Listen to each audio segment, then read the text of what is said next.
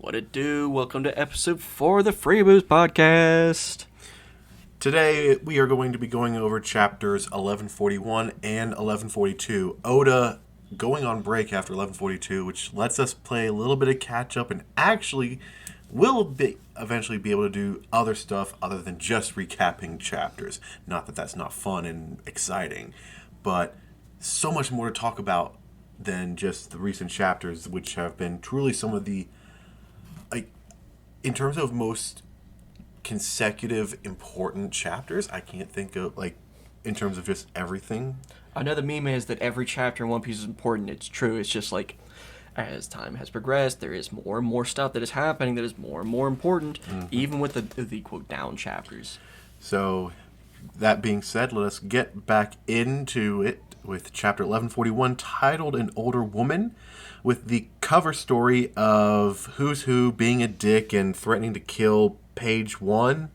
Ulti crying, because say what you will about Ulti being being a bit of a sadist, she does care about Page 1.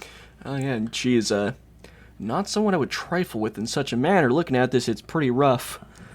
But Who's Who, but also this also will kill any aspirations of Katakuri being weaker than Ulti. Yeah. Looking at which is one of the dumbest takes. Looking at the panel, I think it's just a reverse of the last chapter we read, where it's we're looking at Ulti on the I guess we call it a wheel dartboard. We now get the reverse perspective of her looking back at Who's Who and about to plunge the sword into the chest of Page 1. She got those tears of fury going on. That's not good. But moving on to the actual chapter. What do we have going on here? Seems Road and Nami, as well as the guards who were injured by Shamrock and Gunko, are leaving the castle. And Nami is crying, basically. Not like crying like Ulti was, but just being upset about no giant diamonds or pearls or anything. No treasure. Just a key. No treasure. TFW, no treasure. And Nami outright says, what do I care about this low-key monster or whatever? And the injured guards are like, huh? Okay, diamonds. And Road's like, don't worry about it. You two got the shit kicked out of you. Just rest up. And then going back to Frankie and Ripley touring the Atom Tree. And so as you can tell, we live in the branches of the tree, which is insane, which puts into perspective of how big this freaking tree is, that the giants live in the tree. And it looks like the Alaskan bullworm. Good gravy. Yes, we see a cut-off branch. There was a village called Haugen. I'll just stick with that. But lightning struck the village and started a fire. And when a branch gets old, the fire just never goes out. So to save the whole tree, they had to cut off the fire limb. And Ripley says, you might say the vulnerabilities of Elbaf are fire and lightning. Which also, like, one of the main antagonists of Elbaf, not like the Elbaf arc, but Elbaf the location, Big Mom. And what was Big Mom's two homies? Zeus with lightning and who's fire. So she was a true antithesis for Elbaf and the giants, and that's also thinking about it, like Loki with a hammer. It's like but yeah, like we see, like, and also I can see why people think Anel would be such a good comeback character here, and he'd be a problem. Anel would be a big problem here. And the scene switches to the party, and Usopp is drunk. Let's go. Tell more truths, Usopp. And asks Nami where she's been and where Luffy and Zoro are, but Lolo and Luffy, because he's so drunk. Our boy. And Usopp says, "Oh, Ja Rule, this is our gorgeous navigator." And Ja Rule says, "And she a beauty she is." And Usopp drunkenly asks, ideal type of woman, and Ja Rule says, an older woman. Mind you, Ja Rule's over 300 years old. I think he's the oldest living confirmed person outside the Gorosei and Emu. That, I guess, Zoe, but like, Zunisha doesn't really count. Yeah. Also, we respect the typology. Yes. But also, if Emu's a woman, and we talked about this in episode 3, going over the fact that it seems that the deceased king had a connection to the Holy Knights world government. There's that speculation and theory that Emu's a woman. Just so who knows? Also, an old woman by the standard of an old giant. Good grief, is he into dust? Might be. Usopp jumps up and smacks the sword that's in Ja Rule's head and hurts Ja Rule. We got the bug eyes and tongue and everything. Dory says, "Don't touch the sword." And Usopp in his drunken says, "Nah, you shut up, Dory." And so Usopp is like, "Is there no hero who will draw Excalibur from its sheath?" So Usopp is really fucked up.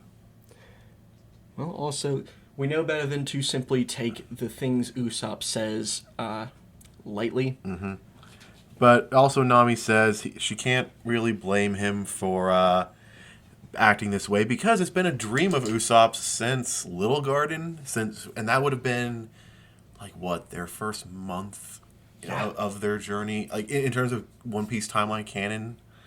So Nami also, again, it shows that Nami is the one who's going to be the one who recalls all the stories and who you should listen to, not Usopp. Oh yeah.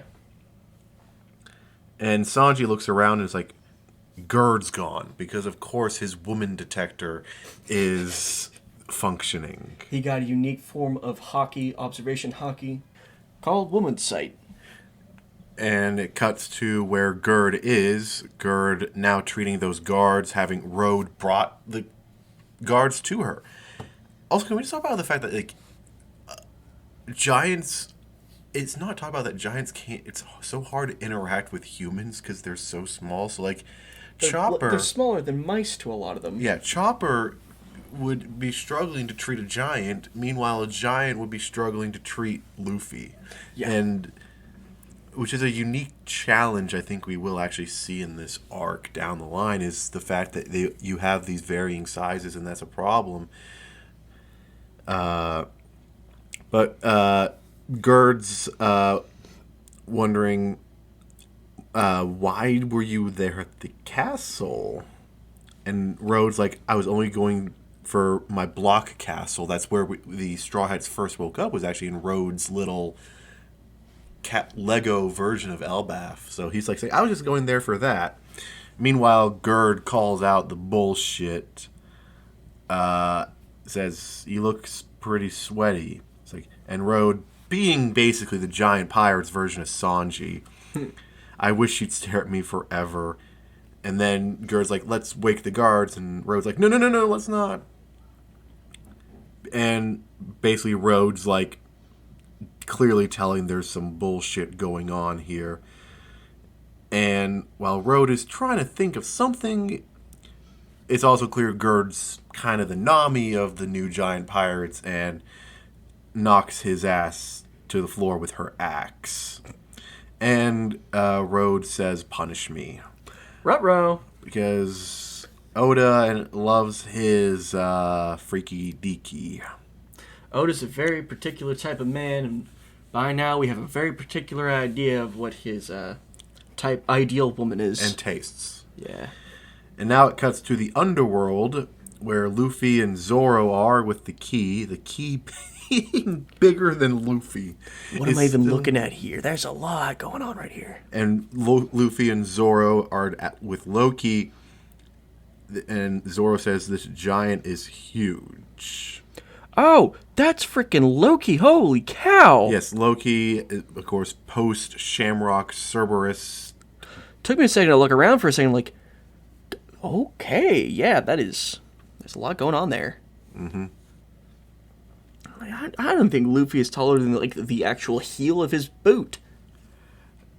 No, maybe like the little bump in a boot, the back of a boot Yeah, that the you heel. see. Yeah, the heel, maybe as tall, but I don't even think if that. I'd call Luffy a But certified short king if he didn't have a Gear 5. even then, he's still his normal height, except when he decides to go bigger. And even then, he wasn't much bigger than Kaido. No. And even the animals got messed up. Luffy asking what happened, who did this, but Zoro is be like, hold on here. Cuffs are made of sea prism stone, and they see he's breathing in the cold. And Luffy's like, a giant is dying. We have to save him. And Zoro's like, let's. All I know is if an ore-sized super giant starts raising hell, we have a problem. And Quoth, that's not my problem, though. How wrong could you possibly be? yeah, and also Ore's size giant, and Ore's ancient giant, and he was tall. Like, if nothing else, the size of those guys was enough to make a difference at Marineford. Mm-hmm. Little Ore's Jr. Little Lord Jr. literally just laying on one of those Walls. gigantic walls as the motherfucker waded up hip deep in the ocean water, laid down on it, laid... Oh, no, he didn't lay down on it by choice. He just... yeah. I think it was, a combination of Dofi and cannon attacks? Yeah, he got pretty effed up. And so Zoro does the natural thing to see if Loki is faking his injury or not. Kicks him right in his wound. Which, yes, Loki is a giant motherfucker, but Zoro is a strong person, and that will still hurt. And Loki does cry out in pain. Ouch. So Zoro's like, okay, at least the blood and injuries seem real. And Loki passes out again. Understandable. If I was passed out and someone kicked my wound, I'd be pretty upset and probably pass out too. And Zoro's like, we'll unlock the cuffs, but one of his legs will still be locked up with the Sea Prism Stone. And Luffy goes, all right, maybe I'll go call for Chopper. Luffy, my boy, what on earth is... Chopper would have to be in Monster Point just to treat Loki. Let alone the supplies needed to help him out. Like, we're not measuring... gauze and feet. Like, this is yards. This is like when they were healing Zunisha after Jack's little comeback attack. That was an entire operation. And at least there you actually had a dedicated team. Both a dedicated team, a willing team, but also like you had things working for you. Loki is a cooperative patient. Loki is not going to be that. No. What's going on here? And they're basically talking about going to find the doctor and needing meat.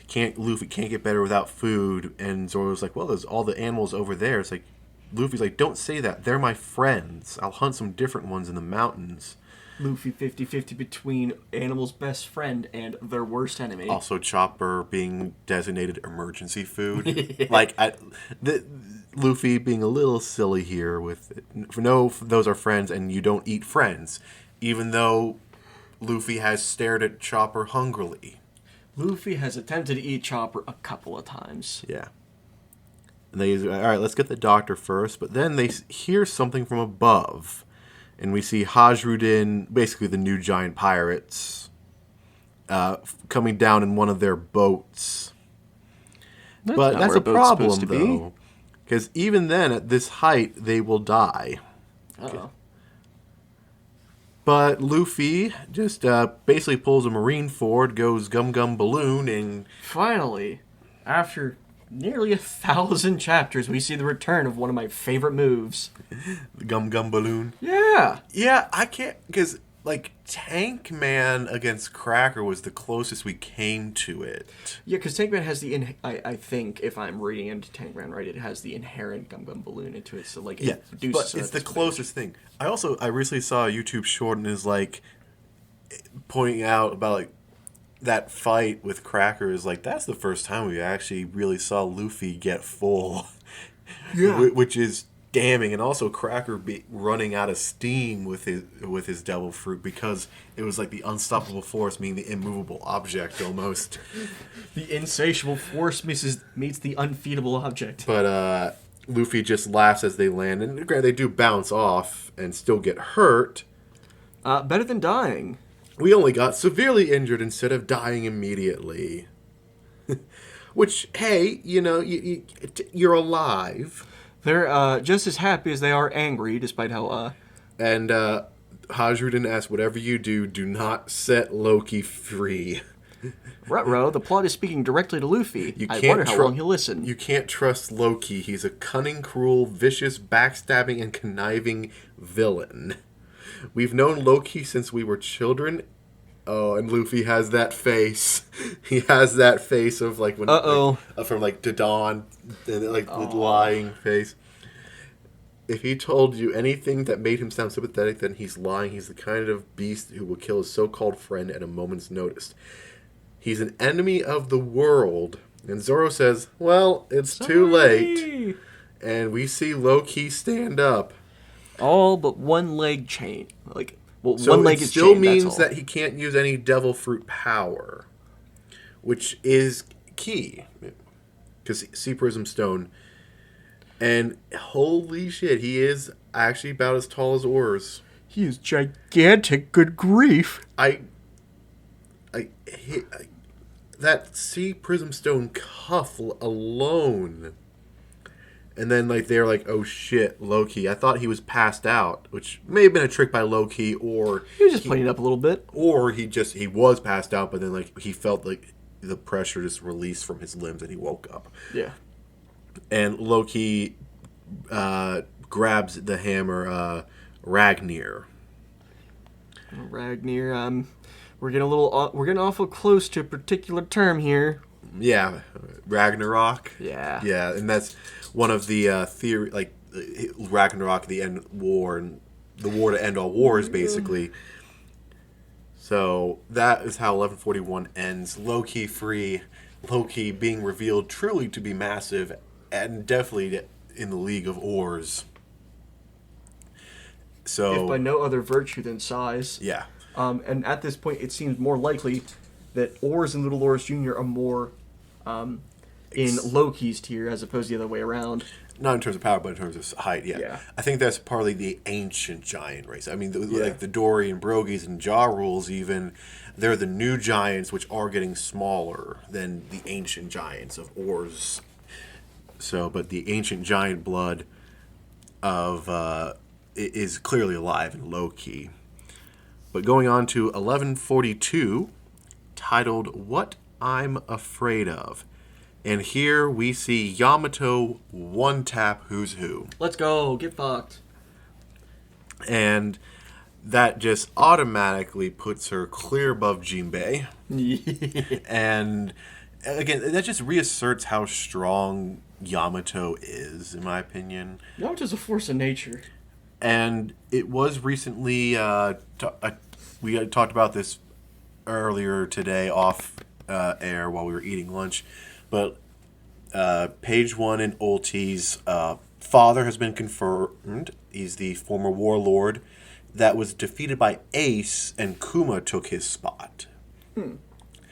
And so I think there's a little bit of parallel there with Kaido taking in page 1 in Ulti, and now Yamato saving page 1 in Ulti. I can almost kind of see this new beast pirates forming in a way, but with Yamato as the head. And because Odin did have his own crew, and now Yamato will have one as well. And, surely. And page 1 in Ulti wouldn't be happy about it, but at the end of the day, what are their options?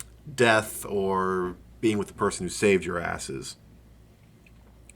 Plus, Yamato actually has shown a level head of things. Like, Yamato's very fair about things. So, the chapter starts with the Elbaf kids, who, mind you, are probably older than Luffy. Because Scopper Gabon's kid, Cologne, is 20. Luffy's 19. Yeah. So Scott Gabon's kid is a baby still, which is baby by giant standards, but has been walking this earth for 20 years. Scott Gabon will be long and in the grave before his son is graduates elementary school. Yeah. But the chat 1142 starts off with the kids crying for their teacher and for help. And we can even see here this giant serpent snake thing. Looks a little bit like a sea beast or a dragon or something. It must be Jormungandr. Jormungandr? Jormungandr. It's the snake that brings an end to the weak. The world serpent. And everyone is told, all the kids are running to the school, and the adults, there really is an enormous snake. And they ask, a beast from the underworld, what's it doing here in the sun world? Which is a natural... It's a good question. Question and assumption that it's this underworld beast. And we get some names here. Mr. Blade is the math teacher. Principal Tusk, who literally looks like a walrus, is the principal. Miss Angie is the language teacher and librarian. And the kids are... the kids cry out. It's going to gobble one of their peers up. Aegir. Aegir. A-E-G-I-R. That sounds about right.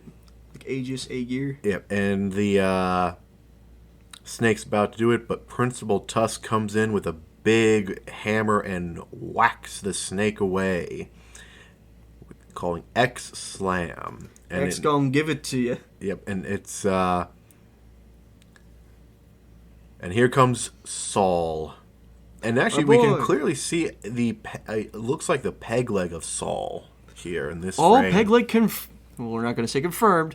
But it definitely looks like a peg leg. And although, to be fair, from when he was frozen by Aokiji, he took a tumble. His leg was caught first. So it would actually make sense that maybe if he lost the leg, be a combination of the freezing and thawing. We do know from an outside conversation that Oda is hiding he's been holding on to the various things pirates would hold on to: the hook, the eye patch, the peg leg. He's been saving the peg leg specifically for someone, and if it Saul, that'd be very interesting. Well, he is a D Clan member, Jaguar D Saul. Yeah. And I don't think that it's any coincidence that the closest thing we've seen to a hook hand was Blackbeard's little Wolverine claw type thing when he was a kid, and clearly probably still had it more recent enough to give Shanks his eye scars. Yeah. I'm actually that's the one thing I'm curious about timeline wise is when did Blackbeard give Shanks that scar? Because he should not be remotely strong enough to have done that. Because we know at Roger's execution, he didn't have the scars. But we had them. Did he have them when he went to Luffy's village? I don't think so. That's something interesting to... Because, by that point, I think he had a billion berry bounty, I want to say. When Shanks? He was, I want to say he had that he had that 10-figure bounty. 10 figures, but not by a lot, almost like a queen level bounty in a way. Well, part of the One Piece timeline is complicated. If he defeated, as we speculate, he was the one to take down Loki, and I imagine at least assumed said bounty because it's not like he brought him in. Mm-hmm. It was 2.2 back when his bounty was frozen. 2.6. 2.6 billion back when it was frozen. No, it wasn't even frozen. Just hasn't been collected or reissued because Loki hasn't done anything since the last time it was issued. Because he's been captured and chained up on Elbaf. So it's not like they have any new crimes to give a new bounty for. Oh yeah. But regardless, the same. If we could say that Shanks assumed that, The timeline with which he would have hypothetically taken down Loki would mean that he would have that 2 Billy. Hypothetically, around the time he brought the Gomu Gomu no Mi back to Windmill Village. Oh no, that Loki was after Windmill Village, because him taking down Loki was only 6 years ago in the world of One Piece. Luffy was 13 when Loki got defeated by Shanks. So sometime, I think, after Shanks lost his arm to beating Loki, somewhere in that, about like 5 to 8 years, give or take, depending. I forget how old Luffy was when he first ate the Gomu Gomu no Mi. Well, actually, now thinking about that backwards, with the knowledge of the fact that Shanks was the one to steal the Gomu Gomu no Mi. Stealing the Gomu Gomu no Mi was not enough to become a Yonko. No. Which the world government, having known that like that's the devil fruit to be concerned about, did not designate him a Yonko for doing so. At that point, he would have still been a pirate. I mean, I'll just say it. It could have been the freaking Foxy pirates that raided that ship. Well, yeah, but it's like, you wouldn't move a nuclear warhead around the country.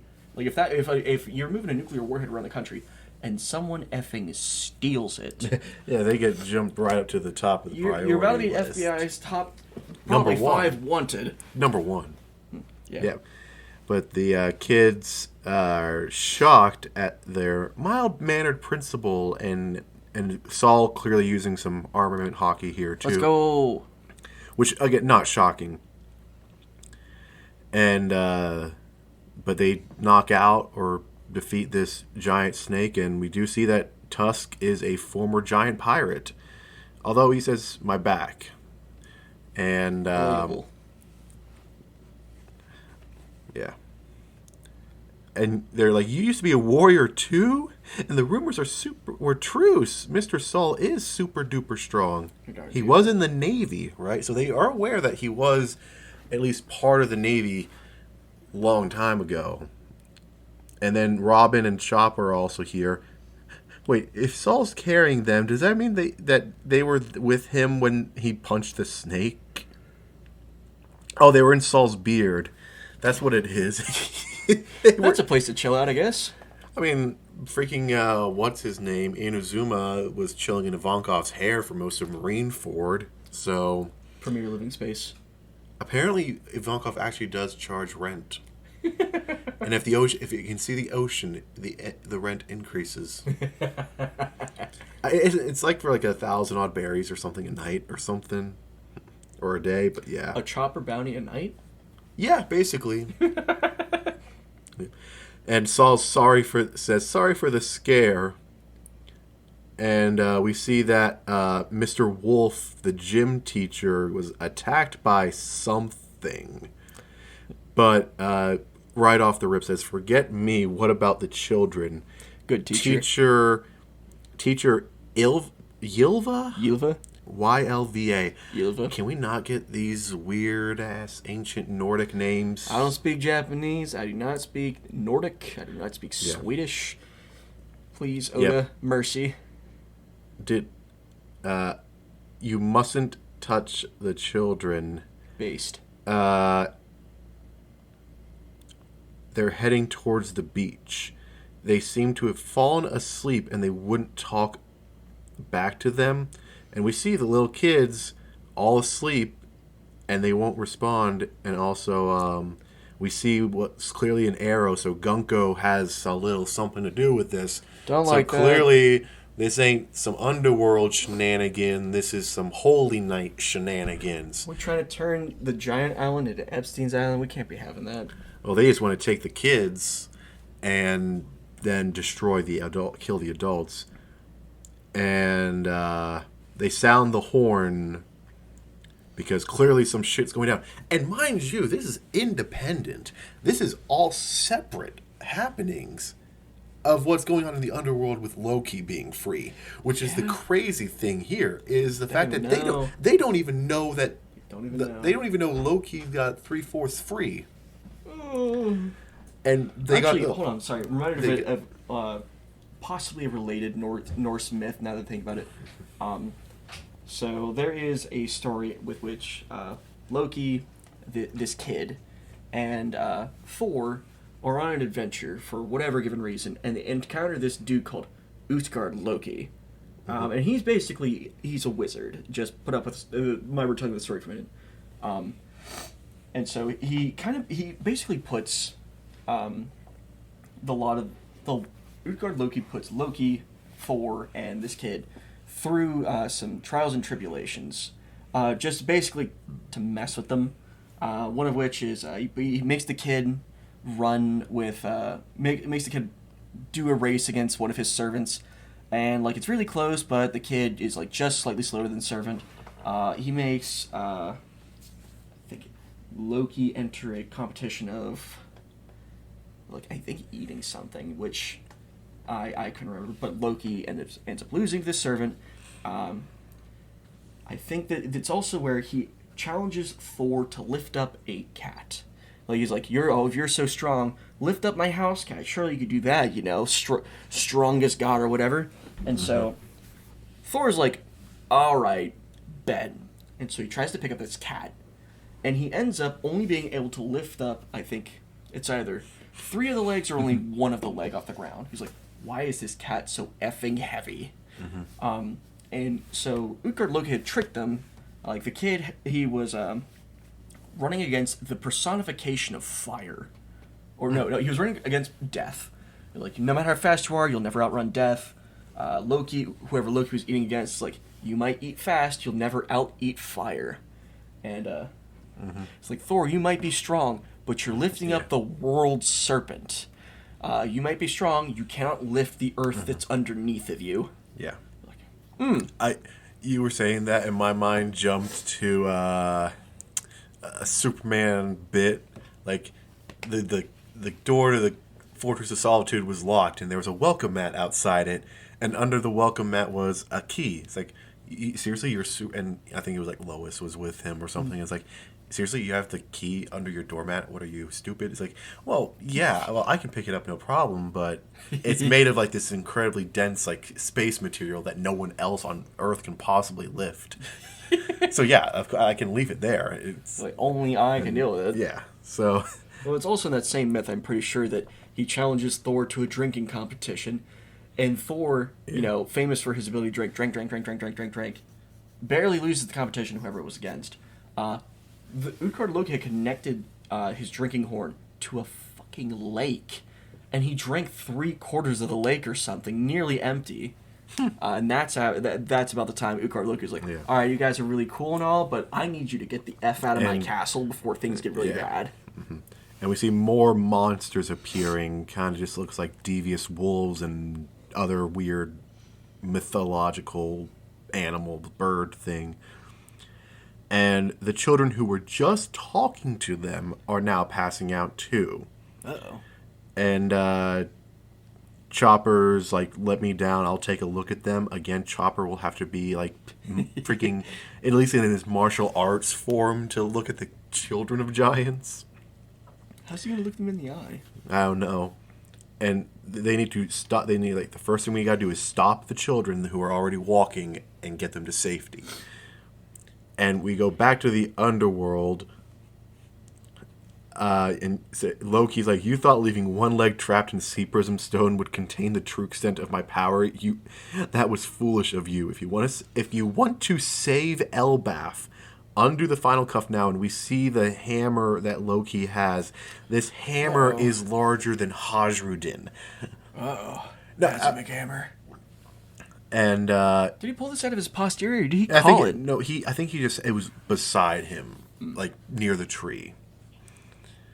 And Sanji's like, hey, what's the deal here? Okay, so in other words, Sanji's going to be used as the hype tool for some villain again. Uh-oh. But yeah, so currently we have the monster trio, and we have the new giant pirates here again with Loki, who is shackled and wounded.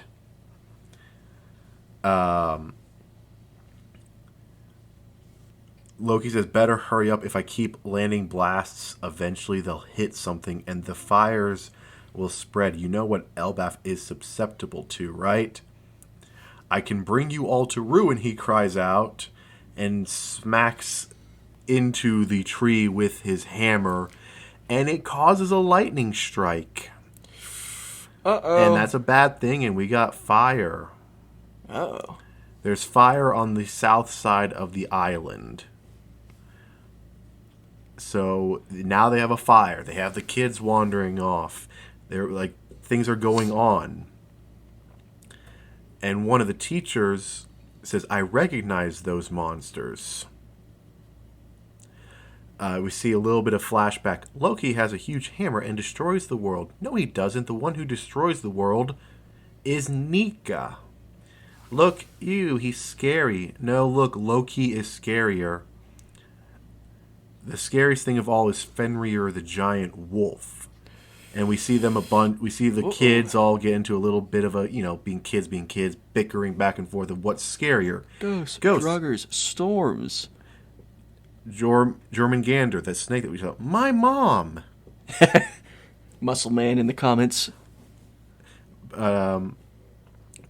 Teacher, if I have to think of so many scary things, I'm going to have a nightmare tonight. Oh, sorry. I'm happy to see so much personality and creativity in these drawings and essays.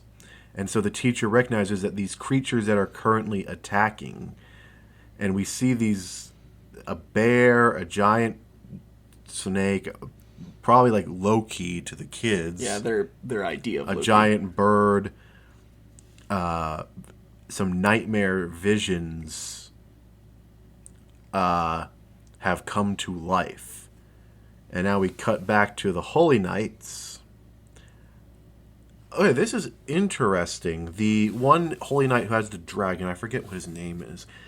It almost has like two heads. One's talking, saying we're all ready to go, and the other's sleeping. So that might be why the kids are asleep. Okay. Well, I think that makes sense. So clearly the dragon Holy Knight is causing the sleeping. Killing him. That's the name of him. For a minute, I thought you said killing him, but no, it's Killing Ham. Killing Ham. Yeah. Kill beef, go ham. The time limit is until the kids reach the ship. So kind of like in Dressrosa, we have the bird cage. We have another ambiguous, very flexible, and can be manipulated time limit here. And do you think they can get them back? That terrifies the children the most. And we see... Enhance. Zoom. We have a nightmare version of... Oh, that almost looks like Big Mom. That was a lot like Big Mom. And if we look up a little bit to the side here, a nightmare imagination of Nika. Yeah. Almost like kind of could be Blackbeard in a way as well. I've seen that. Almost like a generic NPC skeleton-looking thing you see in every Dark Souls game. Yeah. Ghosts, Thundercloud, could be Zeus. And that's actually going to be something interesting when Nami pulls out...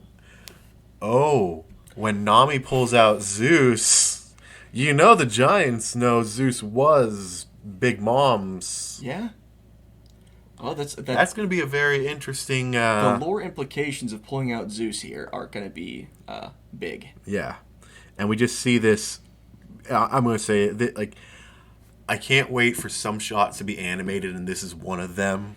Oh yeah. The mural drawing is going to be amazing. Oh yeah. Because as of filming, we're about a month or a little less away from One Piece coming back. Egghead Part 2 coming back. So that's happening. And Sommers laughs. To know love is to wound one another. And he asks Gunko if Gunko is afraid of anything. You should be. And Gunko says, Nika. What a unique choice. Also, how horrible of timing that modern Nika happens to be in the same location you are. And also, technically, Nika has befriended, in his way, the person you just beat up on. Yeah? Oh. But also, it's interesting to me that this low-level Holy Knight knows who Nika is and is afraid of them. which I think it just, again, it shows. And Oda has saved himself so much heartache by just really chopping down on like a reciprocal information. How much do the Holy Knights know about things like Nika? How much do they know about the Void Century? Don't know, doesn't matter at the moment until they reveal something that's a little important. Yeah. Maybe Gunko is just uniquely well read. Maybe all of them know. Yeah, because the Holy Knights are celestial dragons, but they are a different type of celestial dragon. So wasn't that the focus of last chapter? Is that Shamrock is not not necessarily Shamrock, but some of the Holy Knights are not themselves identified as of noble blood. Gunko being the one who was not, but clearly a Holy Knight still. And I think again, like, we don't know, but it's clear that even in Marie Joie, it seems you have the general population, like your Charloses of the celestial dragons, versus your more elite, not just the Gorosei, but the Holy Knights. And I think about, like, back to medieval times. Yeah, you had your rung. Even within classes. Your knights were above a lot of people. Yeah. So there is that. So it's clear that the Holy Knights have esteem. I mean, we saw that Garling could. I mean, he executed the one Don Quixote Mulesguard, or whatever his name was, and no one batted an eye because he had the supreme authority to judge them. So, and I guess he got that as supreme commander of the Holy Knights. So it is apparent that the Holy Knights are a big deal in Marie Joie. So, but also, I wonder, but this also now begs the question, why the hell did the Holy Knights not do anything during the Reverie? It's a very important question. And I'm going to give Oda just the breathing room to be like, give me a minute to have a good idea. But my general bet is that he was like, fuck, I didn't think about that. I hadn't planned for him then. I have a feeling it's that, but for in-world explanation, you had commoners there, i.e., yes, they were all royalty, but you had the commoners still at Marie Joie, and you also had, like, people like Big News Morgan and others that were there, in close proximity to Marie Joie. Well, so, and it's clear that the Holy Knights are a lot like Cypherpole in the sense that they operate very, very, very off the books. And people do not know of them. So I think if you want to give any explanation as to why the Holy Knights did not do anything during the Reverie attack, they might not even be known to the general public. Because, like, people know about Cypherpole, but, like... Yeah, they know enough. They know Cypherpole exists. They don't know technically that CP9 and CP0 exist, I think. Because I remember back in Ennis Lobbies, like, you had Cypherpoles 1 through 8. No, this is CP9. These are the true covert assassins of Cypherpole. And then CP0 being the true head big ones of Cypherpole. Again, operating, like, of them and you recognize them, like Orochi recognized them, for God's sake.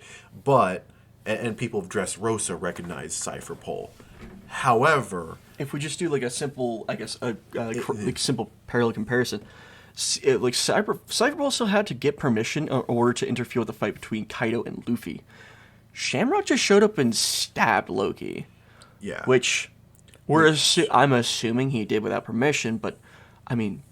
Well, it could have been one of those things, hey, we want to recruit Loki, but if he doesn't, dispose of him. I don't care.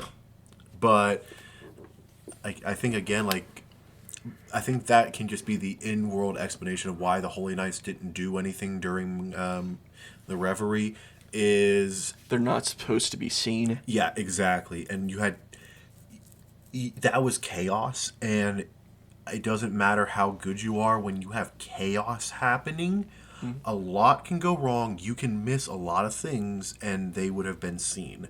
It's also possible that maybe the Holy Knights just weren't there. They were doing training at some other location or something. Or they have their hands full with the Revolutionary Army.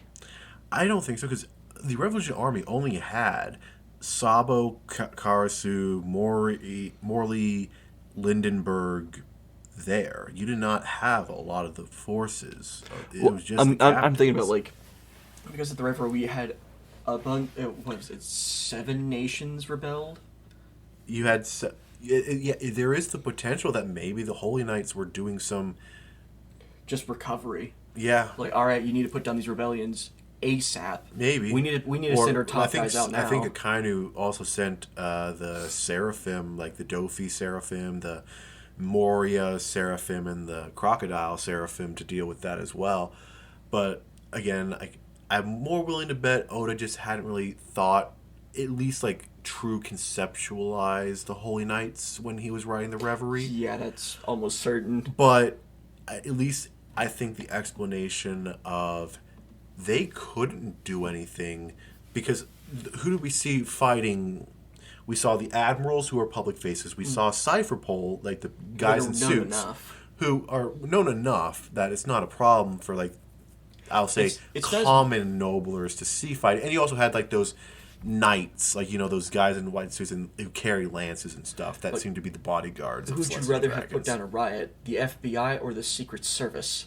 Exactly, and I think that's kind of the thing here is you have the FBI do it equivalency FBI, rather it's than like Secret Service. Okay, you know, it's a really heavy hand, very powerful, big and the like, but, like, you know, the FBI standing up is like, yeah, that sounds like a thing. Oh, actually, a better one in theory would be like FBI or SEAL Team 6. Yeah, okay, yeah. We'll take that. FBI or SEAL Team 6. Like, FBI, okay, I mean, like, we're not getting into the particulars of it. Like, okay, that sounds like a thing that could possibly be within their respective charge. But SEAL Team 6, like, absolutely fucking not. What are you doing here? This is inappropriate. Yeah, and also it could also just be the simple thing of, we're not bothered with this. You know, like, this is not... Even this is not worthy of sending our literal best hitman. Yeah. Like, this... Yeah, it's but even though now it's clearly they think they probably should have, because in retrospect we're seeing the effects the attack had, where they attacked the food storage and they succeeded. They're cutting off a large amount of supplies to Marie Joie, and not only is the Revolutionary Army actively doing that, you have the passive, constant threat of pirates doing that stuff too. You know, so, but I think, yeah, this is obviously like retrospect, hindsight, 2020 and everything, but the Holy Knights probably should have got involved during the Marie Joie attack, but didn't. Again, more probably because Oda hadn't conceptualized them, but their presence would be inappropriate by world scales. Yeah, but I think it's just like, I think he'll just give the explanation of, we couldn't do anything because there were too many outsiders, and we do not want outsiders find out. And the thing is, like, they had too many outsiders that they couldn't get rid of. Like, this was not some random fruit stand merchant. These were leaders of 20 countries, or like more than 20. I think it's 21. But you had a crap ton of rulers from countries, and you couldn't get rid of them because, you know, everyone had seen them go up. It was literally the news of it, and then it's like, what happened up there that none of the leaders come back down? You can't do that. And of course, here's the thing: yeah, sure, your Wapples aren't gonna say shit, but your Vivis, your Rebeccas, your Leos who are up there, your Sais who are up there, your I forget their names, but the Fishman Princes. Yeah. You can't, like, there was too many up there who would say something, and I'm not even, we're just talking the ones we know. Yeah. Like, you got the Abe Lincoln guy who might actually say something, because he actually seemed, like, very straightforward and honorable and stuff, you know, so you had enough that you're like, you can't do that, but you so yeah, I think that just, like, the in-world canon explanation will just be the Holy Knights couldn't deploy because you had too much chaos going on and you couldn't risk them being exposed. Can't be using a scalpel for an axe job. Yeah. But also, you also had 2 admirals there. You did have a crap ton of Cypher Pole agents. You had CP0 there. Which should be more than enough to deal with 4 people. Yeah. The only problem was is they had a game plan. And then, of course, Fujitora threw a little curve wrench by protecting the freed slaves from Green Bull, and that caused more issues. So you had a lot of things, but again, that's another reason why you can have that in-world explanation of the Holy Knights weren't deployed because of the chaos, because you had no idea what was going to be happening. Any plan beats no plan. Mm-hmm. And when you're reacting and the situation is changing every 30 seconds, it's a problem. And so that would be probably why the Holy Knights weren't deployed during Marijois, is chaos. And if their whole thing is secrecy, chaos is a great unveiler of secrecy. But 2 very good chapters, and as mentioned, Oda on break for a bit. And then next chapter will be coming out after next week, about the 23rd of March here.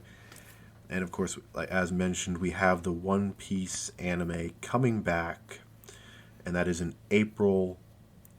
And they confirmed the return date of April 6th. Let's go! Egghead.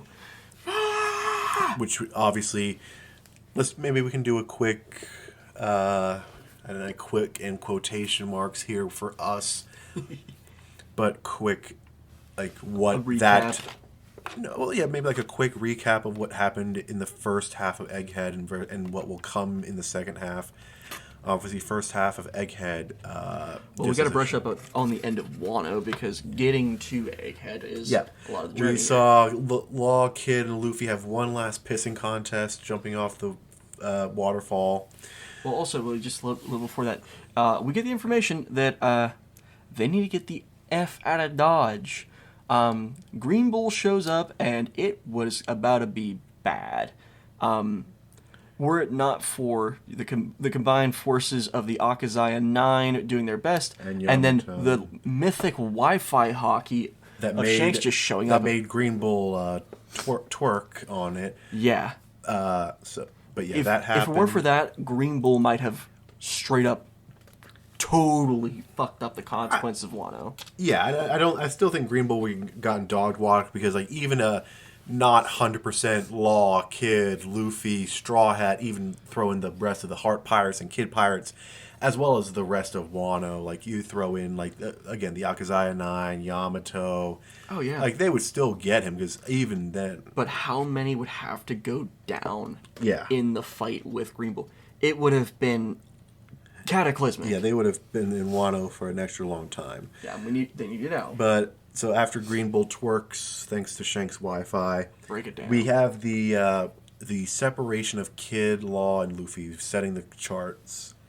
Law going to Winter's Island, and then Blackbeard laying in wait at Winter's Island, because he knew of the 3 billion berry pirates. There's only 3 islands to go to. One of them was going to go there. They couldn't stay together. They have to split up into one of the 3 closest islands. Yep. So, and the Blackbeard pirates, which was Burgess, Van Augur, Doc Q, and Blackbeard, took on the Heart Pirates.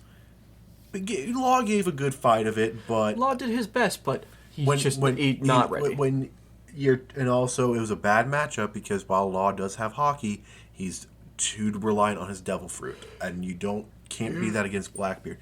And I had recently, like I was driving the other day, and I obviously, like during the fight, we see Beppo pull the steroids, go Sulong form, and that helps them escape. Yeah. But as they're escaping, we see Blackbeard look down at Law's bloody hat and smile. And it makes me wonder, like, he knows they're escaping. But I mean, Law is now effectively incapacitated. That's a substantial win for Blackbeard, and Blackbeard's an opportunist. Yeah. Blackbeard is an opportunist. And however, the hat would have Law's hair. And I think hair, because I know fingernail clippings are the big thing, but I think it's also mentioned to make Viver cards, you could use a person's hair. Oh. So with Law's hat, he might have that to make the Viver card to track down Law anytime he wants. I'm not saying that's what it is. That's just a thought I had. I mean, that's a thing that's on the table, and with Blackbeard is cooking up something, and it's hard to take anything off the table. And here's the thing. We know they make Viver cards because that's how they found Burgess after Dressrosa. Yeah. Is they have Viver cards, I think, of at least the Titanic captains. So that happened as part of the Egghead arc was Law and technically female Law for a bit for the fan service, but nothing can beat female Beppo. Yeah. But so that was one thing that happened in Egghead arc is we saw Law be defeated, emphasis on defeated, by Blackbeard, and then we just get a moment to reflect that Law's crew is ass. It is him, it is Beppo, and then God. And the thing is, yes, it's him and Beppo, but Beppo ain't nothing. Keeping it a buck. Chopper beats Beppo, and Beppo is second in command. Like if they didn't have the Rumble Balls for Beppo, it might have been Jover.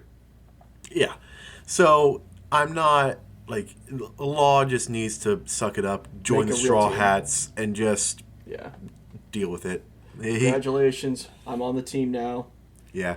I am. He's been effectively on the team since freaking Punk Hazard. I am Law basically being LeBron James and dragging a sorry ass team to the finish line, but can't get the job done once you actually face real competition.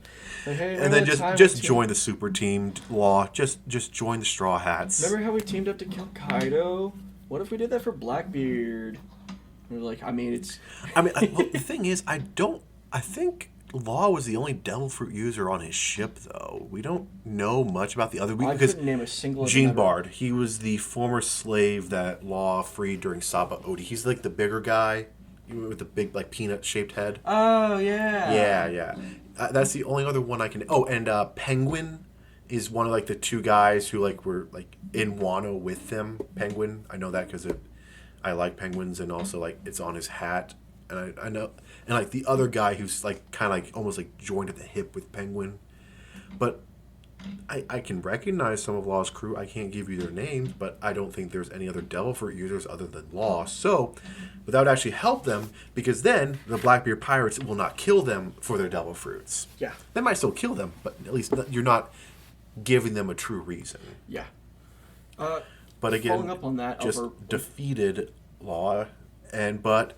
Let us turn. One of the three big supernovas that are still active, Law and Luffy Kid and Law, the three big winners of Wano.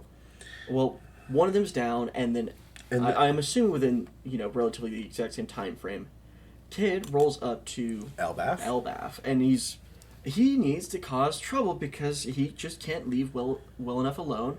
And he pulls up on probably one of the worst people to pull up on for no reason. Because we see our boy Shanks is hanging out with some friends. And it turns out Shanks makes friends with people who are kind of weak, which, he's got a good nature. He's got a good heart as far as we can tell.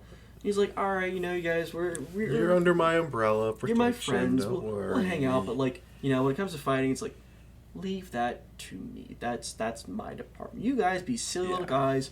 I'll be the bulldog. The denture guy, the frog guy, the weird ass little princess. Like literally nobody's. Just straight up hanging out. And then Kid rolls up, he's like, alright, this is the perfect opportunity to friggin' jump Shanks. Now, just having a moment to reflect about how much work both he and Law had to put into taking down Big Mom. Who only lost because of Ring Out. They didn't even knock her ass out. They threw her into an effing volcano because they tricked her into a spot. They did with that. They just got really lucky with the timing of everything. Oh my gosh, like the sheer amount of effort it took the two of them at their peak. Like if they were fighting on Punk Hazard, it wouldn't have happened. And I will just say, like, you give like Wano level Kin Law versus Wano Big Mom, but on Punk Hazard, they lose. Yeah. Hell, even if they were fighting in Wano, they would lose. Just on the ground. Like, they got lucky they were fighting on Onigashima. And it happened to be, like, over a volcano to throw her into. Yeah, they just got really lucky. And so... Kid's really feeling his oats with this. He's really, really feeling his oats with this for no good reason. So he tries to pull up with one of his big bad name moves and... Damned Punk. And we get a moment where it's like... Oh shit, he wipes out the entire red-haired fleet. If he would have pulled it off, it would have worked. And that... You're facing against someone who just knows better. Happens to have 10-second at least future sight hockey. We get our insane future sight hockey moment where Shanks is like, oh, okay, I actually have to stop this right now. Because remember, the last time Kid pulled up on the Red Hair Pirates, they didn't even see Shanks. Yeah. Ben Beckman took Kid's arm. Yeah. It was like, you didn't even get the number one to do. You got bested by his right hand. He took yours. And so he's like, all right, I'm back for revenge. Mm-hmm. I'm back. I'm better than ever. And so... and Shanks promptly... Kamusari, your sorry ass. We even get a named attack from Shanks, knowing that he meant to hurt him. Mm-hmm. And promptly dumps their asses in the ocean. Dory and Brogy destroy the ship. And... emphasis here, because Oda is always very careful with his words. In the manga, he says the Heart Pirates were defeated by the Blackbeard Pirates, and that the Kid Pirates were destroyed by the Red Hair Pirates / Shanks. And here's, again, very important word distinction. Defeated, that's the same language Oda used at Saba Odi for the Straw Hats. Yeah. He didn't use... I think he may have said decimated, but to me, destroyed and decimated, destroyed is worse. Because...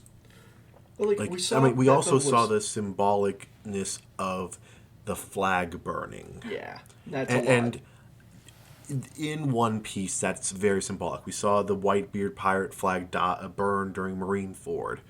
Now, granted, we saw the fake Straw Hat flag burn during Whole Cake, but again, Whole Cake was the arc where the Straw Hats realized, oh shit, this is really...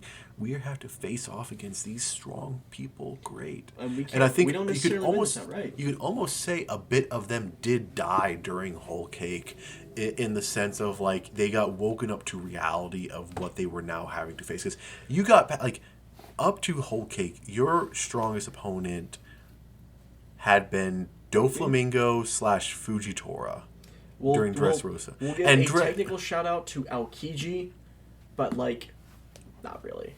He messed with them for a few minutes and left. Yeah, back in Long Ring, Long Land. Yeah, he's that was and Kizaru in Saba Odi, and that was when they realized, oh crap, it's not even close. We have no chance.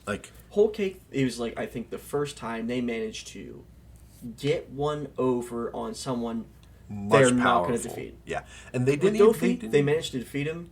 Big Mom, it's no, we can't do it right now. No, it's not. It's their win was not being captured. Yeah, and even then, they were captured during that arc. Yeah. So Kid, I'm hesitant to say he's dead. I don't think he's dead, but he's definitely he's off the board. We can say that. I think he's off the board for a hot minute. He's not getting up anytime soon. Yes.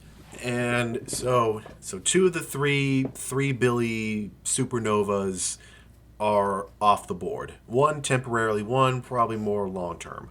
And that leaves Luffy, who goes to a government island encountering fellow Worst Generation member Bonnie. Well, in the pull-up to it, there's this weather event, I guess I think it was described. Which is just BS setup, but whatever. It's like a water spout or something, and Julie Bonnie is trapped in there. Yeah. And Zoro surgically cuts her out. Only to be met by one of the Vegapunks who was attempting to extort them. Lilith, the evil Vegapunk. And with the mechanical sea beats. Yes. And she's there to shake him down for money, which, good luck. You will sooner pull the dead back to life than you will pull a penny out of Nami's hands unwillingly. But actually, they're a pretty broke Yonko crew. For the time being, yeah. Give it time. I'm sure they'll find money. But Luffy, Chopper, and Jinbei were off the ship because Chopper and Luffy got blown away. Well, Chopper got blown away. Luffy was trying to help him, and Jinbei had to go help the two Devil Fruit users. Good God, having a fish man is clutch as fuck. Yeah, like you don't have to hold his breath. He can just exist. And so we see that. And at that point, Bonnie gives her backstory a bit. Not all of it, but a bit to Luffy. And Luffy actually properly says her name, which is honestly the biggest shock of the arc. Luffy doesn't do that to people. No, he really doesn't. He gives you a nickname, usually. But he is very emotionally touched. He realized he fucked up. It's like, okay. He'll show his version of maturity. Yeah. And Toei also being mega horny and not in a very bad way. But so we meet the fabled Dr. Vegapunk that I want to say was the first time he was name dropped was Anis Lobby. Because that's where we meet the devil fruit infused sword Manfred of Spandam. And I want to say, and with Frankie there as well, I want to say that's when we first heard the name Vegapunk. I could be wrong, but I can't think of an earlier example offhand. I feel like there is one, but I don't have an example to counter at the moment. But bare minimal, this guy who has been built up as this genius mega scientist. Not unjustly. Yeah. And Kuma mentioned him during Thriller Bark. That one I can say that definitively was Vegapunk was mentioned during Thriller Bark. And so we learn and we meet Vegapunk, and he is Land of the Future, which is jarring, going from basically feudal Japan, Wano, to the future. Jetsons in Egghead. I think that's a very apt comparison. But then we see that there's obviously some stuff going on beneath the surface. Cypher pull, CP0 pull up. Lucci and Kaku run Anis Lobby back. Oh, what is his name? That's like the sumo wrestler. He's got the hair that ends in like these goofy spikes. During what arc? Egghead. He's there. He is in control of the pacifistas. Oh, Sentomaru. Sentomaru's there, in control of these beefed up pacifistas. Mark IIIs, I believe. Yeah, who are acting as basically just robo policemen. Mm-hmm. And it turns out Sentomaru's actually kind of chill. He obviously still wants to capture, but also recognizes it very quickly turns into the situation. Well, in time turns to like, hey, things are going south pretty bad, and Sentomaru's like, I'm gonna have to grit my teeth and make the right decision and here. make my bet on Luffy and saving Vegapunk, who I want to save more than do my duties as an agent of the world government. Yeah. That's pretty big. Yep. And Luffy just clowns Lucci. Lucci shows up, he's like, let's run the ones. I'm going to take you down. I don't recognize you as a Yonko. And then Luffy just plays whack-a-mole with the ground and beats his ass. In my head, he did this thing. I call it the Molly Lear after my old roommate's dog. Where it's like if you get a big old German Shepherd that does the dog thing where they roll up with their whole chest and face looking over at like a cat who hits this defensive position. It's like, oh, playtime? Yeah. Like, Lucci does his best, and it's not like... Lucci literally asked for Gear 5, the thing that defeated Kaido. It wasn't negative diff, but it wasn't much better than that. It was low diff, and that was only because of the agility of Lucci. And, like, he had quite a bump in power. It just wasn't enough. Awakened Zoan, just like Luffy. Yeah. Awakened Zoan, and we learned from Vegapunk, and I'm just going to use also the names of the satellites as Vegapunk, unless I need to differentiate as Vegapunk, as it like Lilith or Atlas or York or God, I'm forgetting Shaka or Edison, and so, but we learned that Awakened Zoans have a will of their own and more often than not take over the user, like we actually saw in Impel Down. Like the koala guards and stuff, those monsters are people who lost their will. Yeah. So you had that aspect. So we learned that aspect. Lucci, who, I guess as far as we can tell, hadn't succumbed to it, squares up with Gear 5, and it's just... And again, low diff only because of agility. Yeah. And Kaku, but we also get them betrayed by CP0 member Stussy. Yeah. They roll up on Zoro, who's sleeping on the ship, which, that should be easy peasy. Zoro's asleep. The ship is unguarded. No, Kaku breakdances, but it gets deflected by Zoro, who Zoro realizes he on can. his body. And Zoro realizes he can get another African animal on his wall chart. Minority Hunter Zoro. Yep. But actually, before he can even properly defeat Kaku, Stussy betrays them because. Yeah. But let's face it, we knew what was going to happen because Kaku was on the ropes beforehand. It wasn't like he was going to pull it out of left field. Yeah. But they ended up just tying those guys up, and we're like, all right, let's. But then the big thing that's truly introduced is the. Oh, also another thing that happens in conjuncture of happening though is we flash back to see what's happened on Amazon Lily. Oh yeah. We saw both the Marines and Kobe pull up to arrest Boa, who. Of course, this is after the warlord system is dissolved. So, she's a wanted pirate again. We have to go arrest her. So, that is what they were doing. And after the warlords were dissolved, that unfreezes the bounties and also jumped up the bounties. And Boa slapped with a 1,659,000,000 berry bounty, which is higher than post Whole Cake Luffy. That was only 1.5 billion, so that's an extra 150 million for Boa. Just bumping her, and that's before we see some of the stuff that was at least implicated by what happens with the roll-up. And so the Marines pull up, and they are using the thing to replace the warlords, the Seraphim. We see S-Hawk and S-Snake, baby, little Lunarian Mihawk and little Lunarian Boa. You got the lasers, got the Devil Fruit powers, and also got a mini Yoru Mihawk sword. So that's the first time we actually see the Seraphim in action, and oh boy, that's a terrifying thing. Oh my gosh, man. So in the roll-up, we see that the fight between Amazon Lily and the Marines is going. It's going. But it's also very clear that once Boa entered the field, we see why they gave her a 1.6 billion berry bounty. She took out literally all of the Marines there except Kobe, and was going to kick his face in if it wasn't for the fact that you had another group pull up, that being Blackbeard. Our favorite opportunist. He truly is the ultimate opportunist in One Piece, and he grabs Boa by the throat and nullifying her Devil Fruit powers, and we see that the crew he had brought, which was Katarina Devon, Vasco Shot, and I think it was those are the only two of the Titanic captains that pulled up with him on that trip.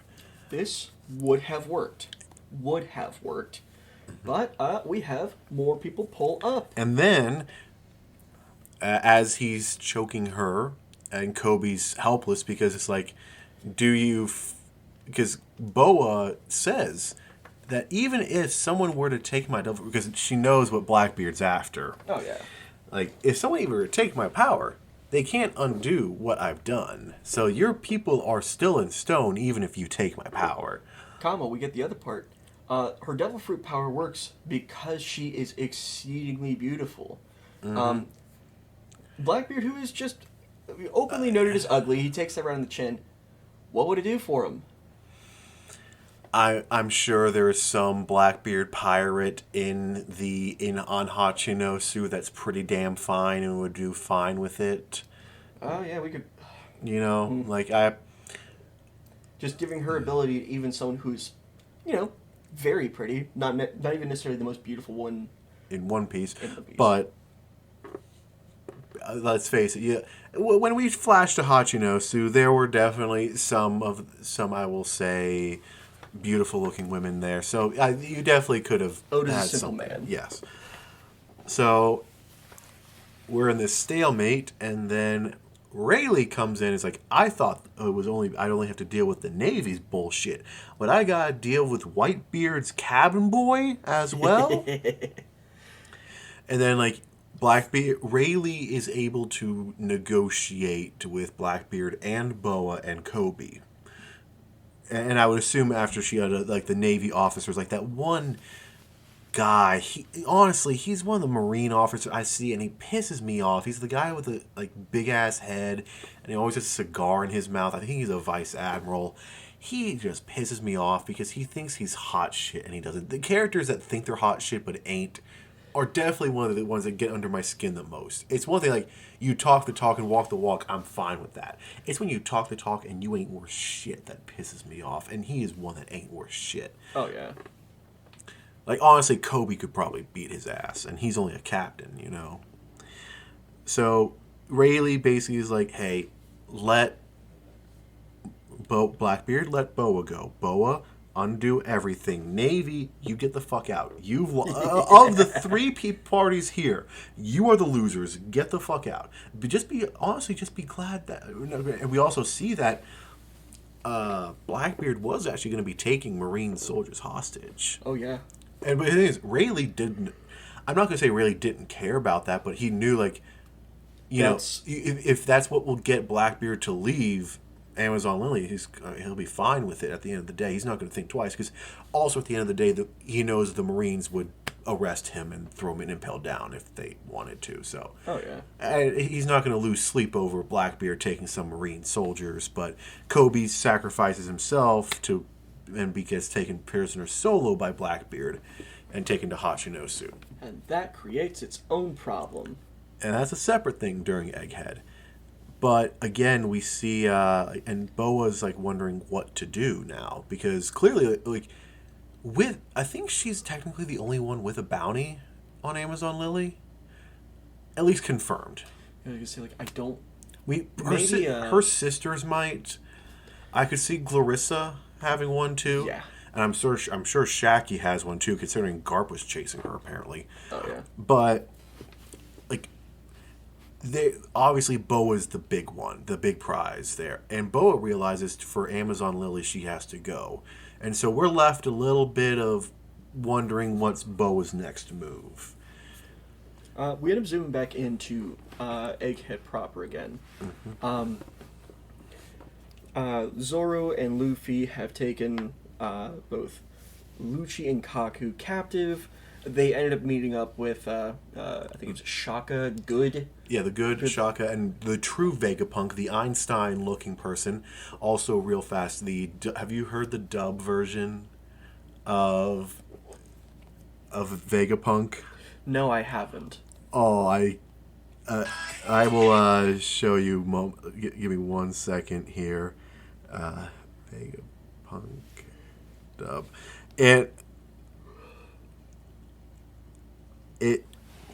They clearly the dub voice caster is like, oh, he looks like Einstein. Yeah. So.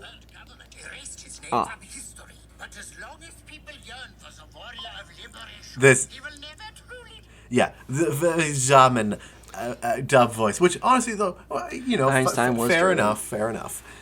But so they meet up with the actual Vegapunk, and Vegapunk's like, okay, since CP0 were trying to kill me because I've been researching the Void Century, how about you take me with you? And okay, cool. Only problem is, there's a sus person among us. Sussus Amogus? Yes, as York, the Vegapunk satellite of Gluttony, Which also... Literally, originally just programmed to eat, sleep, and shit.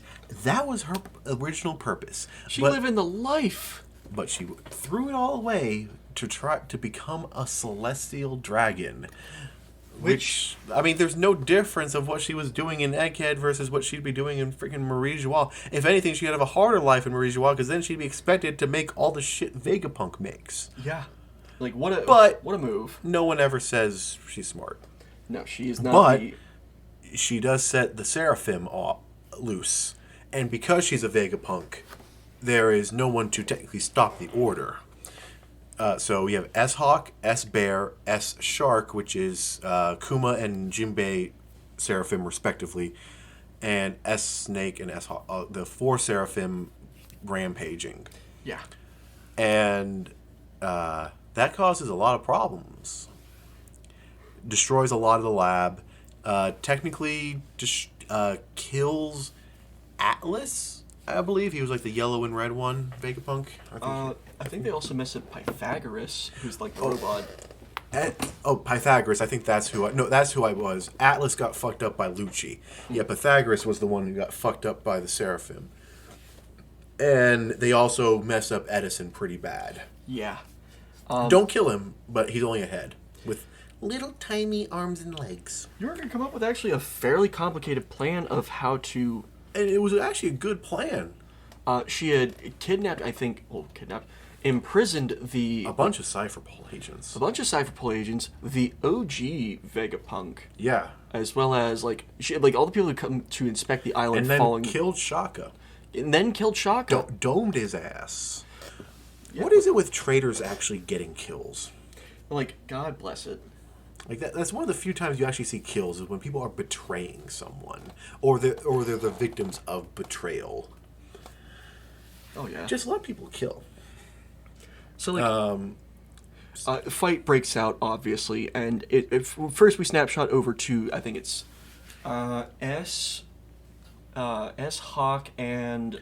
S-Hawk and S-Bear pull up to where Luffy, Zoro, Lucci, and Kaku are.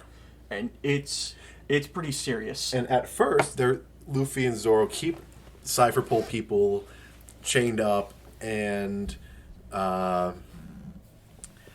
just dodge all the attacks while also keeping Lucci and Kaku alive. But Lucci and Kaku are like, okay, look, these things are different. I mean, they're Lunarians that don't invoke their one weakness. Yeah. We don't know how to beat that. We only beat King. Zoro only beat King because King has, I think, the worst battle IQ in the entire goddamn series. Yeah, he just straight up, if Zoro outsmarts you, you are in... Battle IQ is a different realm, but yeah, Foxy has better battle IQ than King. Yeah. Freaking Alvida, I think, has better battle IQ than King. By every right, King should have been able to take Zoro, Zoro figured out his weakness and got a hold of him. And Zoro kept that, under wraps until he just remembered to mention it mid-fight. It's like...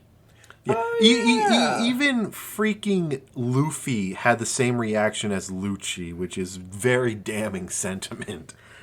And so they tried, and they still couldn't do it. They could not put the Seraphim down. Yeah. And those are 4 pretty strong fighters. Literally a Yonko, his right hand, the arguably the strongest Cypherpole agent, and the second, I don't know about top 5 CP0 because we don't know the others. I think some of the CP0 we saw in Wano might have been stronger than Kaku, but top 5. Assumedly, these guys are serious trained professional fighters. Yeah. Even if they are markedly weaker than Luffy and Zoro, them struggling to 2v1 a Seraphim is serious business. They are trained killers. This is a fight that has gotten seriously out of hand because there is effectively they have everything going against them for this fight. And we don't even technically see the end fight, even in the manga. It's just Luffy talks to S-Snake, and because S-Snake is little Boa, she has the feelings for Luffy, and it's they're able to trap the Seraphim in these sea energy bubbles because they all have devil fruits. It keeps them imprisoned.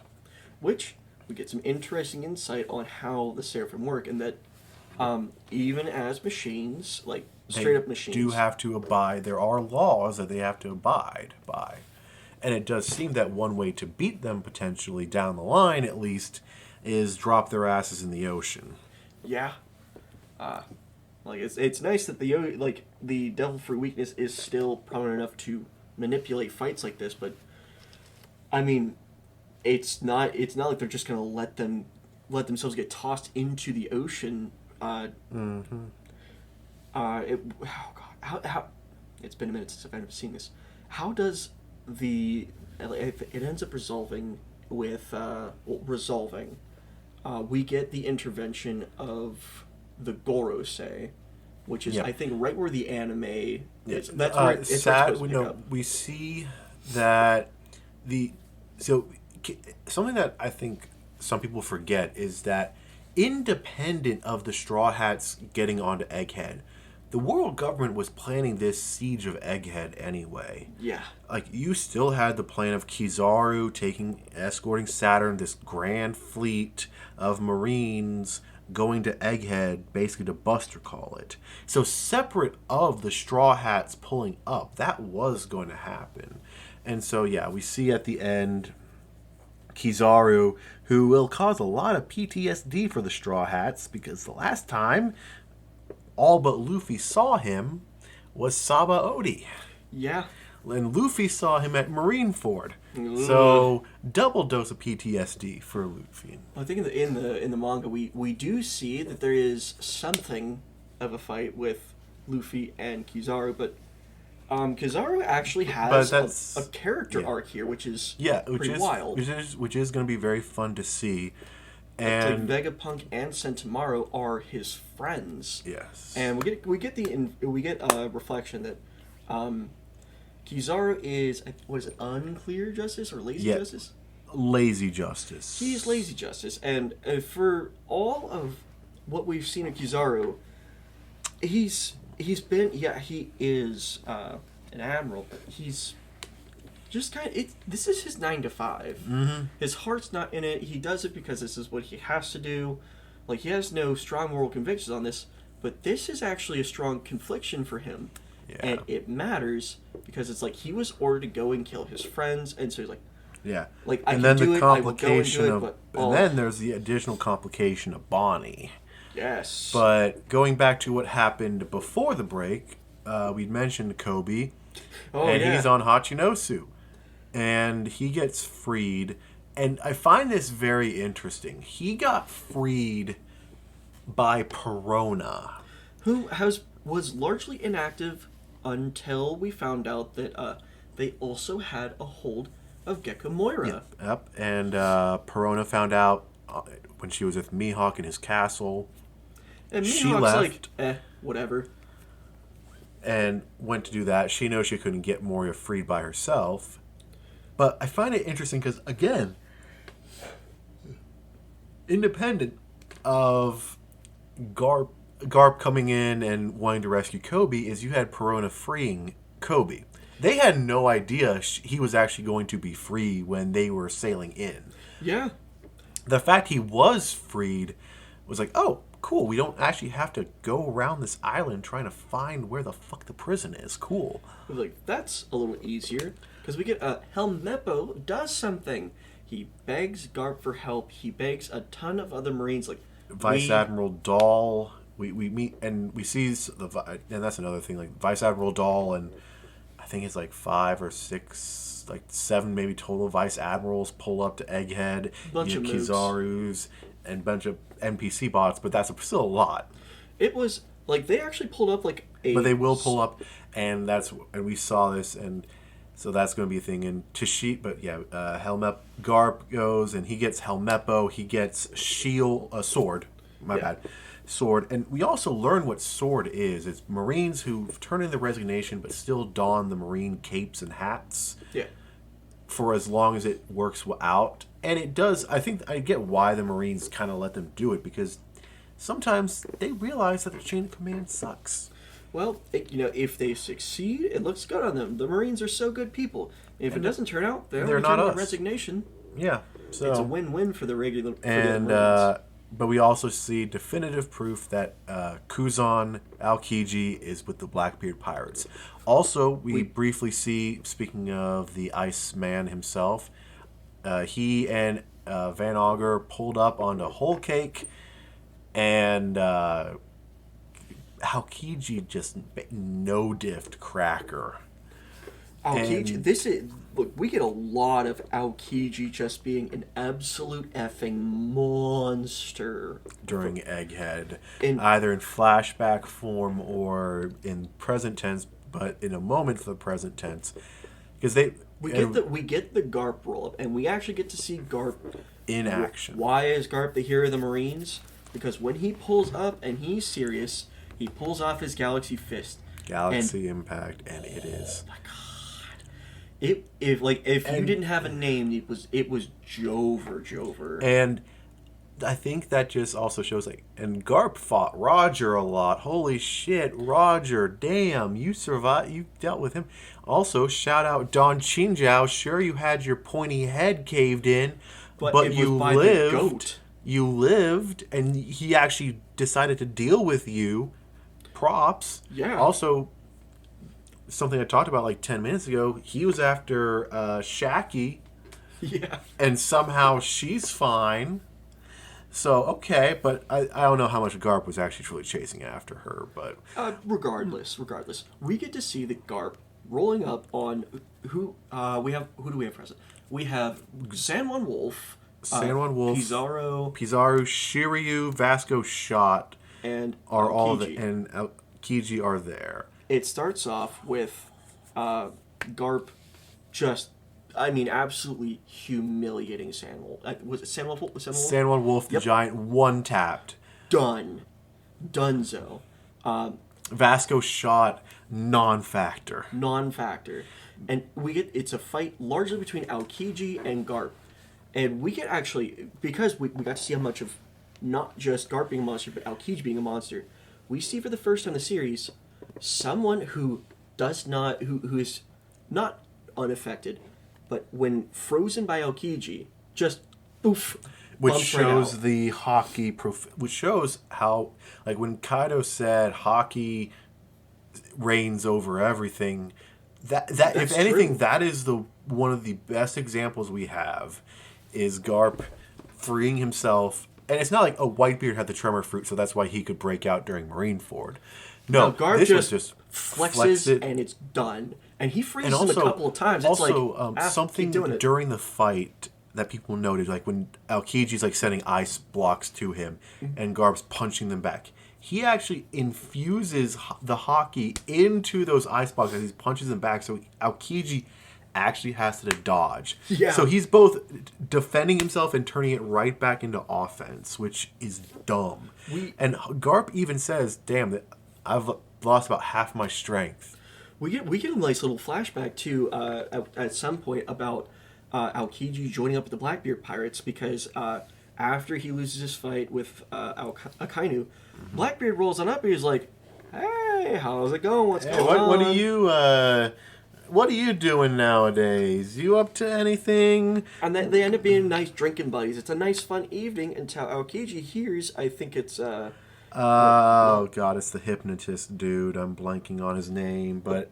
whichever one of them's like, we should, totally take his devil fruit power. And Blackbeard's like, "Oh, no." Nope. Forgive my idiot. Aokiji turns around and is like, "You traitorous bastard!" And I think he froze everyone except the two. Blackbeard and... He froze a lot. I think San Juan Wolf was still there and he was unfrozen. Lafitte. Lafitte was unfrozen, but I think Burgess got frozen and stuff. He essentially, he puffed up his chest, and Blackbeard did not want the frickin' smoke. Did not want the smoke. He's like, no. Why don't we actually become friends? Why don't you become one of my 10 Titanic captains? And it worked. Yeah, we don't know exactly what he did, but Blackbeard whispered the right things into his ear. And but with as strong as we know Blackbeard is, Aokiji basically scaring the daylights out of him, just a quick flash. At the time, so we know that happened during the time skip. Mm-hmm.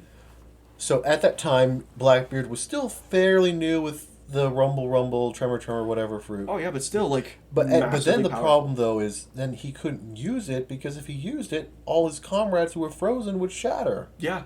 So Aokiji had nerfed the more powerful thing, and yeah, sure, the devil dark fruit could have, turned it off.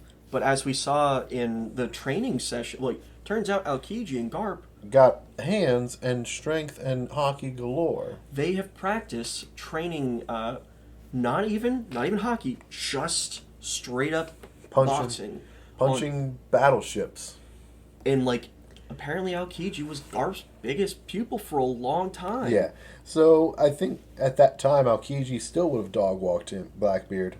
Yeah, but so we return to the fight with Aokiji and Garp, and it's actually. It is close. It's relatively close. Mm-hmm. They are going at it. And then Kobe, I'm not going to say he's an idiot. I'm just saying he's too good-hearted. There's a difference. He goes to try to help someone who thinks that they're a prisoner, but in reality it's a Blackbeard pirate. Shiryu uses the clear fruit and is going to run his sword through Kobe, but Garp blocks it. Like a G, just straight up tanks it for him. Yep. And it does a number on Garp. It does. He's an old man, and he did just take a sword. And Shiryu is no He's not slouch.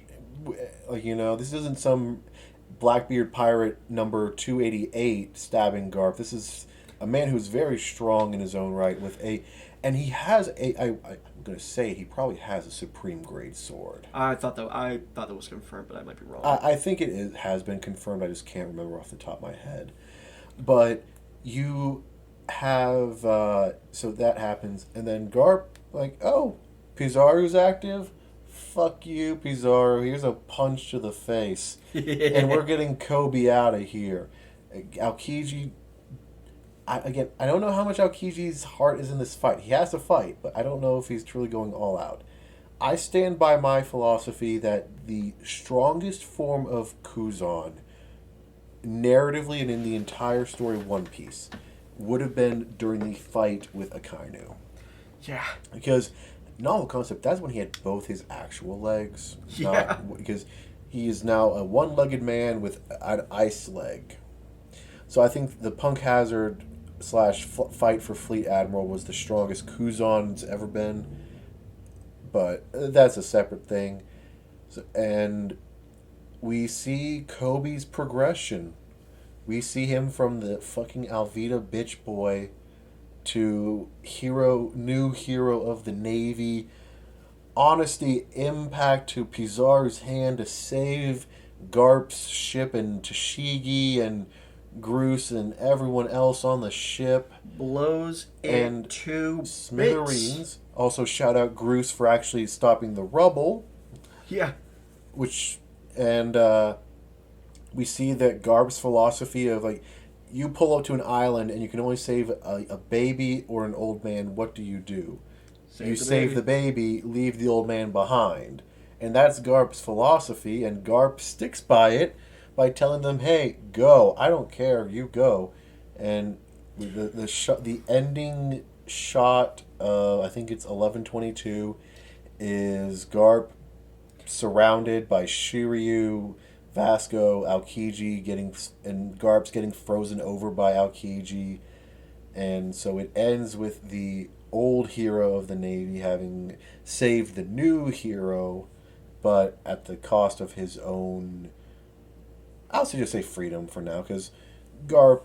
There's no way they're going to kill him. He is way too useful alive. Yet. And so that's how it ends. And also during Egghead, we check in on the other Yonko of Buggy. Buggy D. Clown, who has not been idle. And we meet back up with Mihawk and Crocodile. And meanwhile, Mihawk and Crocodile also sitting at very high bounties. Crocodile's updated bounty, 1,965,000,000. Which, wow, okay. Yeah. He really was introduced just too early in the story. Yeah. And then Mihawk sitting at 3,590,000,000 berry bounty, which is the highest non-Yonko, technically, Yonko bounty in One Piece. Let's keep it a buck. If he wanted to be a Yonko, I don't see much standing in his way. No. He just doesn't care. Yeah. But we see that we get introduced to Cross Guild in, I'll say, Egghead Part 1. And Cross Guild has got to be probably one of the most malleable and important factions that is just they're in the shadows, and because they have placed bounties on the Marines that we've learned, and we know that the Admiral's bounties are at 3 billion berries, and that they have a system of stars or crowns. Each star is worth 100. One crown is... One star is 100 million berries, and each crown is 1 billion. So they actually have bounties out on all Marines, it seems. From a warrant officer and below, which I'm not sure exactly where, but like it just... So even Marine.NPC number 1280 technically has a 100,000 berry bounty. They are on notice, and we see that some places have started turning on Marines for the money. Commander to Insing, which I think that would be like where we first meet Smoker. I think he was a commander. That sounds about right. And no, he was. I think he was a captain, which is 1 star, which is 100 million. Smoker getting and then left behind. But now Smoker's a vice admiral, so he's worth 500 million. Which Smoker's just not that tough. But they also have a bounty for Akainu, the fleet admiral, of 5 billion. And I actually saw a comment. Crocodile went up against Whitebeard, who had a bounty of, 5 billion, 46 million, I think, or something like that. And Crocodile also saw and faced off against Akainu during Marineford. And so he decided, he had a decision in making the fleet admiral, which he knew to be Akainu, to be 5 billion, right below Whitebeard. And a guy who fought both Akainu and Whitebeard and clearly putting them relatively close to each other bounty-wise. Now, granted, you can argue it's more just like, oh, it's the position that has the bounty, not the person. But I feel like who the person is was a factor. Oh, absolutely. Because they do actually take that into account, because Kobe, who's only a captain, should only be worth 100 mil. But because of his reputation and who he is, he's actually worth 500 mil. And Garp, who's a vice admiral, who should only be 500 mil, is worth 3 billion. It is taking into account the reputation. So who is on the poster is taken into account for Cross Guild. So Crocodile putting Akainu up there, which is very interesting. So, the introduction to Cross Guild, the destruction of Kid Pirates, the defeat of the Heart Pirates, Lucci getting neutered, basically, as the bad cat he is. Vegapunk's getting put down. Both put down and escape plans set in motion. The capture and rescue of Kobe, the capture of Garp, all of that happening in Egghead Part 1, April 6th, Egghead Part 2, and not going to want to get into too much here because we've already yapped for an hour and 45 minutes, basically. But we got Luffy battling Kizaru coming up with the Gorosei. Also, God help us all, we are getting Kuma's backstory soon. That is going to be horrible. We also are going to get Vegapunk's speech to the world. We're going to get a lot of lore drop in the anime soon. So And that's basically the second half of Egghead. Like once the siege of Egghead starts in the manga, it's nonstop Egghead Island focused. You don't all gas, no brakes. Only during Vegapunt's speech do you cut away from from Egghead Island just to get the rest of the world's reaction to everything. Oh yeah. And also we will see some familiar faces come towards the end of it. We will see new threats, new bullshit, and then the setting up of Elbaf, which will also be very fun. Let's go. So, 2 great chapters. I think Sommers, I think we mentioned it back. Like, he has, I almost want to call it the nightmare fruit or some bullshit like that. Yeah. Because it's clear that the dragon, Holy Knight's putting them to sleep. Gunko's guiding with the arrows, but the nightmares coming to life, I think, are Sommers doing. So, I'm just going to call the nightmare fruit until otherwise proven. Could be like the dream fruit, and he's just a dickhead, so he can pull the nightmares out, but could pull the dreams, the nice dreams out too, you know? That sounds in line with some, like, a very wildly powerful devil fruit like that. Yeah. Well. So, yeah, good 2 chapters. We recapped first half of Egghead, did a little look ahead of what's to come once the anime comes back in less than a month. So excited. Yep, and we will definitely we'll be getting together, watching the episode, and then hopping right onto the mic and recording our thoughts and reactions, and we'll be a little bit more snobbish there of like the animation and the soundtrack choice. But we are very simple. We are not going to be heavy on criticism. Because the second half of Egghead is really, really good. We're about to get into all gas. It's going to be so fun. Yeah. So there's probably not going to be much to criticize other than anything Toei does. They've been really good as of late. Yeah, except with Bonnie. I wish they wouldn't do that. But we'll see. Thank you for listening to our latest episode. Make sure you tune in for the next time. Like and subscribe and comment if you want. Any